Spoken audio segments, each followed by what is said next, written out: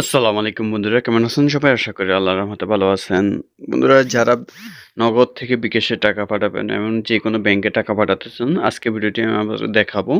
আপনারা চাইলে নগদ থেকে যেকোনো বিকাশে টাকা পাঠাতে পারবেন বা রকেটে উপায়তে পাঠাতে পারবেন। সেটা কিভাবে পাঠাবেন আজকে ভিডিওটি আমি দেখাবো আপনাদেরকে। আর বন্ধুরা, আপনারা যদি একজন সৌদি প্রবাসী বা যেকোনো প্রবাসী হয়ে থাকেন, আপনারা চাচ্ছেন যে দেশের বাইরে থেকে বিকাশ, নগদ, রকেট ব্যবহার করতে, তাহলে আপনারা আমাদের সাথে যোগাযোগ করতে পারেন। এখন আমরা চলে যাব নগদে। নগদে আসার পরে লগইন করার পরে এখানে চলে আসবেন। এখান থেকে ট্রান্সফার মানি অপশনে ক্লিক করবেন। ক্লিক করার পরে এখান থেকে এনপিএবি তে ক্লিক করবেন।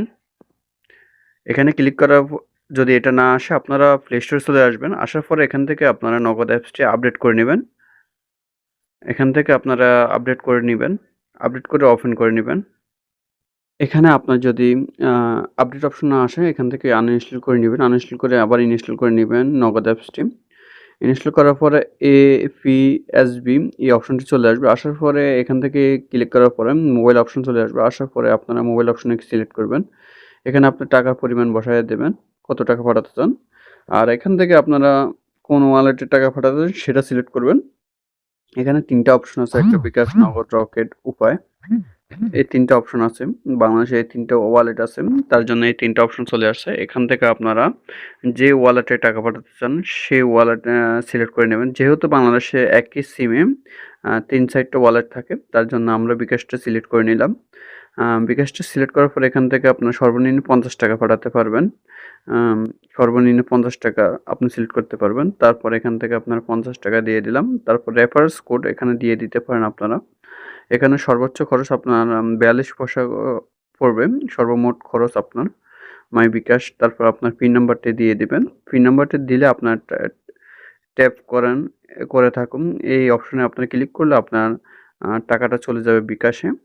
বন্ধুরা, বিকাশে যাবে। তারপর এখান থেকে আপনারা যদি ব্যাংকে টাকা পাঠাতে চান, এখানে ব্যাংক অপশনে সিলেক্ট করুন, ব্যাকে আসে। এখানে আপনার প্রাপ্তন আ নাম্বার বসায় দিবেন, ব্যাংক অ্যাকাউন্ট নাম্বার, যে অ্যাকাউন্টে টাকা পাঠাতে চান। তারপর ব্যাংকে বাছাই করুন। এখান থেকে আপনি কোন ব্যাংকে টাকা পাঠাতে চান সেই ব্যাংক সিলেক্ট করবেন। এখানে অনেকগুলো অপশন আছে। ব্র্যাক ব্যাংক আছে, সিটি ব্যাংক আছে, ইস্টার্ন ব্যাংক আছে, মিউচুয়াল ট্রাস্ট ব্যাংক আছে, প্রাইম ব্যাংক আছে। বর্তমানে এই অপশনগুলো চালু আছে। এই ব্যাংকে আপনার বিকাশ থেকে বা নগদ থেকে টাকা পাঠাতে পারবেন। তার জন্য আপনারা যেকোনো একটা ব্যাংক সিলেক্ট করে নিবেন। সিলেক্ট করার পর এখানে টাকার পরিমাণ দিয়ে দিবেন। টাকার পরিমাণ দেওয়ার পরে এগিয়ে যান, এই অপশনে আপনারা ক্লিক করবেন। ক্লিক করার পরে এখানে আবার রেফারেন্স নাম্বারটা দিয়ে দেবেন। দেওয়ার পরে আপনার পিন নাম্বারটা বসায় দেবেন। পিন নাম্বারটা বসানোর পরে আপনাদের টাকাটা আ চলে যাবে। ট্যাপ করে ধরে থাকুন। এই অপশনে ক্লিক করলে আপনাদের টাকাটা চলে যাবে। এখানে আপনার টাকা প্রতি ১০০০ প্রতি আপনার ৳৮.৫০ খরচ হবে। এটা আপনি দেখতে চাচ্ছেন। অনেকে বলে যে অনেক টাকা খরচ হয়। এখান থেকে আপনার যদি ব্যাংকে টাকা পাঠান ৳৮.৫০ আপনার খরচ হবে ১০০০ এ।